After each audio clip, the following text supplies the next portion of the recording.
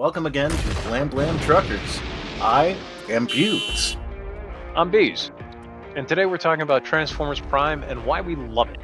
And as you guys know, if you've been watching along with us, I'm a big Transformers fan. I'm not the biggest Transformers fan out there, but I loved it when I was a kid. I love a good story, and in my opinion, Transformers Prime had a lot of very good stories. I think I'll start with one of the things I love about Transformers in general. Whenever there's a new cartoon series, with one exception, one very notable exception, we have a brand new continuity.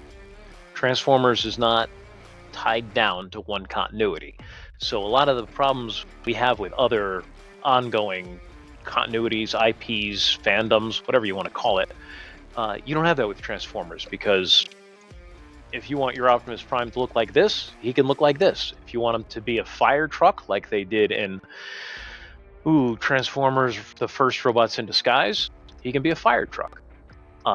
There's certain things you have to keep, pretty standard, unless you're doing a Shattered Glass, which is the what if for Transformers. Optimus Prime is a hero. Megatron is the villain. The Autobots are the good guys. The Decepticons are the bad guys. So there's certain tropes that Transformers has, but you get a lot of creativity to put your own spin on it when you're in charge of creating a brand new Transformers storyline. I want to give Transformers 1, which is coming out this year, I want to give that the benefit of the doubt and see what they do with it. I can tell you right now, it's not my style of comedy, but I'm certainly not their target audience, but I do hope they do a good job with it. And Transformers Prime took full advantage of that and brought in a lot of interesting and new innovations to the Transformers that have been adopted. What was one thing you loved about it, Fuse? I'm going to be honest. I loved the chemistry within the cast. Like, What a just cast, too, huh? Yeah, and what a cast. I mean, we had Peter Cullen and Frank Welker both come back For the first time. For the first time, yep, since the uh, original series. G1, yeah. We had Ernie Hudson, which I know he's not like a A-list actor so much anymore, but he's still a solid, good actor to get. You have Jeffrey Combs in there. Yes, exactly. You have Jeffrey Combs in there. The first episode had The Rock. It was a very nice voice cast, but the Markie Post as Jack's mom. Yep. Markie Post is most famous for her role in Night Court, but she was also a major character on the TV show The Fall Guy, and she was one of the main characters on Hearts of Fire. She's been around, and she's a really good actress. Sorry, she passed now, though, right? Is she passed? I don't know. I thought she had passed. I'll look it up. You keep telling them what you loved about the cast. Cast had passed, including her. She died in 2021. You're right. But, yeah, I mean, it had a great cast, and the chemistry between them all was fantastic. It really was. That's my favorite Ratchet now. Mm-hmm. Bulkhead, I needed that. Yep. And then you had Bulkhead. I forget who played Bulkhead, but he's a classic. Kevin Michael Richardson. Amazing animated voice actor. Mm-hmm.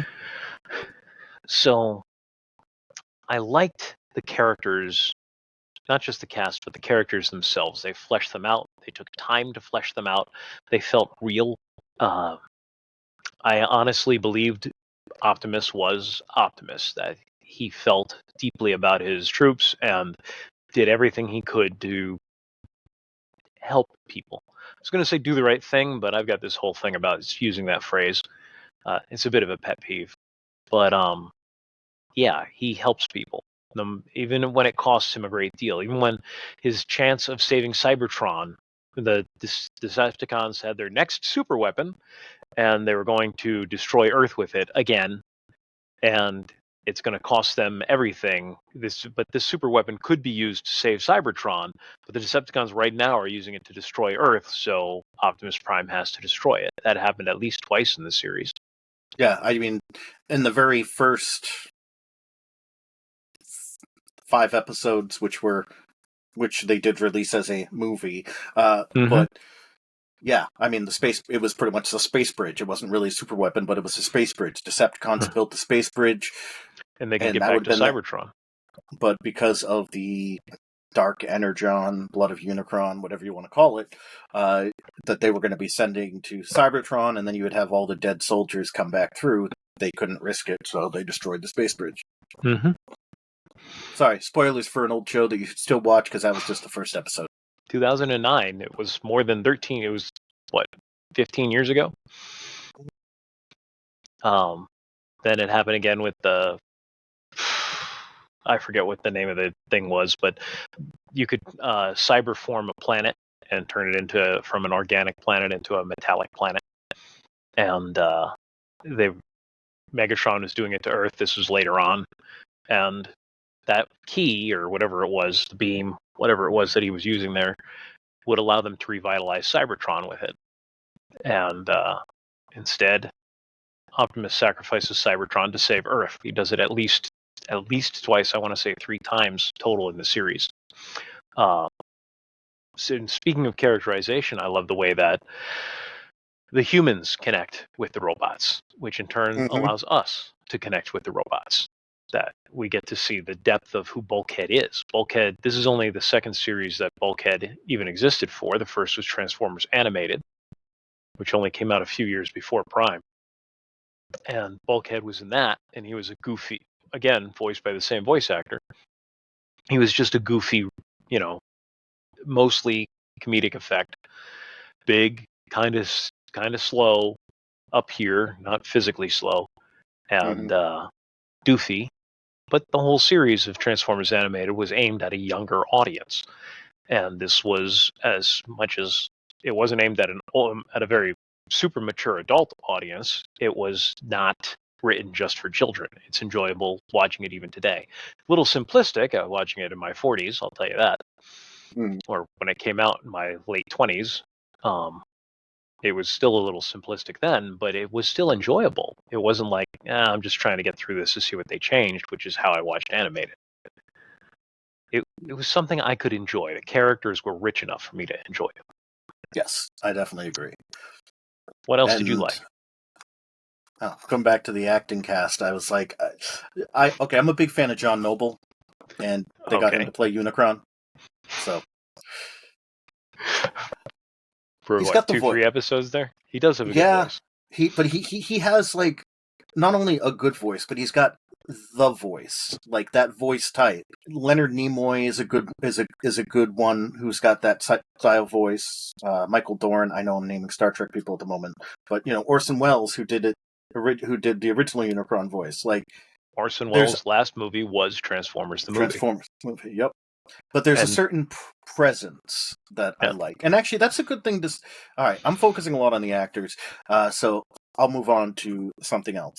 The character design, I really did like. You talk about Bulkhead, and he's a good example of it. The way that their bodies and build and art reflected almost their characters in a way, whether they were had more of like a curvature to them, or were more like straight lines and spiky, like how RC was. It just, the art itself reflected the characters well, just with the way they drew Bumblebee being somewhat more approachable, and you can see why like him paired with Raph was a good one, and also like with Jack with RC, like he's got somewhat of a spiky personality because he's the older teen and trying to be an adult, and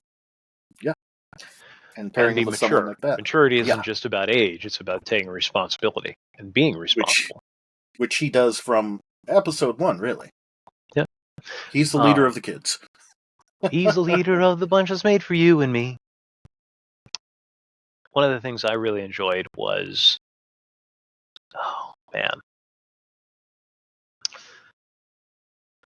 So, like I said, Transformers allows for innovation on each new series. And they changed a lot of lore. And I mean a lot of lore. If they were doing this with something like Star Trek that only has really 1.5 continuities, one and 2 halves, really, technically. If they were making that many changes with Star Trek, because you brought up Star Trek, the fans would be in an uproar. But with Transformers, we take it in stride because we're used to there being a new continuity to it. And some of the changes they made were really innovative, and a lot of it has been taken. I don't know if they came up with it because this is during the whole Align thing where they had 3 different continuities running at once. They had the movies, they had the video games, War for Cybertron and Fall of Cybertron, and they had Transformers Prime. And they had the IDW or DreamWorks comic. I forget which one was running at the time. So 4 different continuities they were running all at the same time, all with the same characters. And it worked. Hasbro calls it the squint. But one of the things they came up with were the Viacons. Now, in Transformers, there's always been a certain number of disposable troops, and they don't really explain where the extra troops come from, and they kind of just hand wave it like, these aren't the droids you're looking for. Republic credits will be fine. You just don't think about it. It's a kid's show, don't worry about it. It's not that kind of show. But they went ahead and took it a step in the right direction. I don't think they went far. I don't think they ever really explained where Viacons came from, but Viacons are lesser they're still Transformers. They still have individual personalities. We see a little bit of that, but they're not main characters. They're cannon fodder. And the Decepticons have a lot of them. So they don't have to name them. Right. But like in my Cybertronian misadventure that I have on here that people aren't really watching, but that's okay. I explain where the Viacons came from. But the whole concept of Viacons is a great concept that added a lot to the lore. As much as I don't like super weapons, and we'll talk about that in the next episode when we talk about what we don't like, they did a very good job with creating these super weapons or taking previously existing super weapons and working them into their own continuity, like the Star Saber.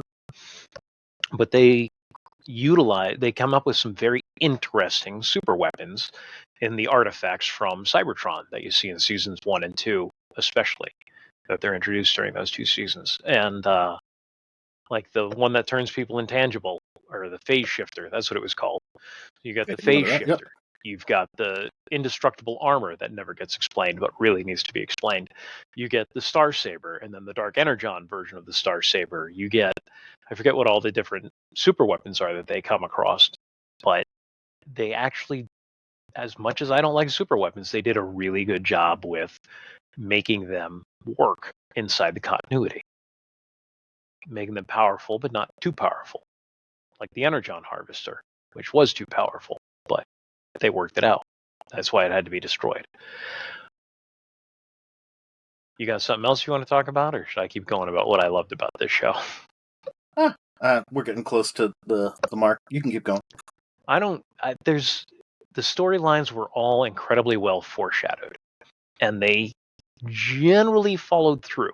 There's a lot of storylines they hinted at that they never did enough with, but the storylines that they did actually do, there was a decent amount of foreshadowing, I would say, up until the Beast Hunter movie. Which, but up to that point, they did a good job of foreshadowing, taking their time with their storytelling. The pacing was really good. It was a well-crafted show, and the stories reflect that. Like the whole concept that, spoiler alert, Unicron, Earth is the planet Unicron. That's brand new. Again, very innovative idea. That's brand new to this series, I think. I'm not the master of Transformers lore. I haven't seen every single, especially the more kid-like shows, or kid-friendly shows, because it's hard to watch. They're not written for me, which is fine. I understand that, but that was a brand new idea. But it was one that was so well foreshadowed. Like, where are they getting this blood of Unicron from that they're finding on Earth? Why are they finding it on Earth? That was a whole point. And then as Unicron was starting to shift out of his planetary form as he awoke, he was putting the humans in danger. And I would have done something very different with that storyline, but that's for a different episode, really. I did appreciate that storyline. I appreciated the whole idea that they were hiding the artifacts. That's why they were all on Earth. And maybe Alpha Trion knew a lot more when he was hiding these artifacts than he was letting on. But we don't know. The show never tells us that Alpha Trion knew that this was Unicron, though from what we know about Alpha Trion, he should have known that Earth was Unicron.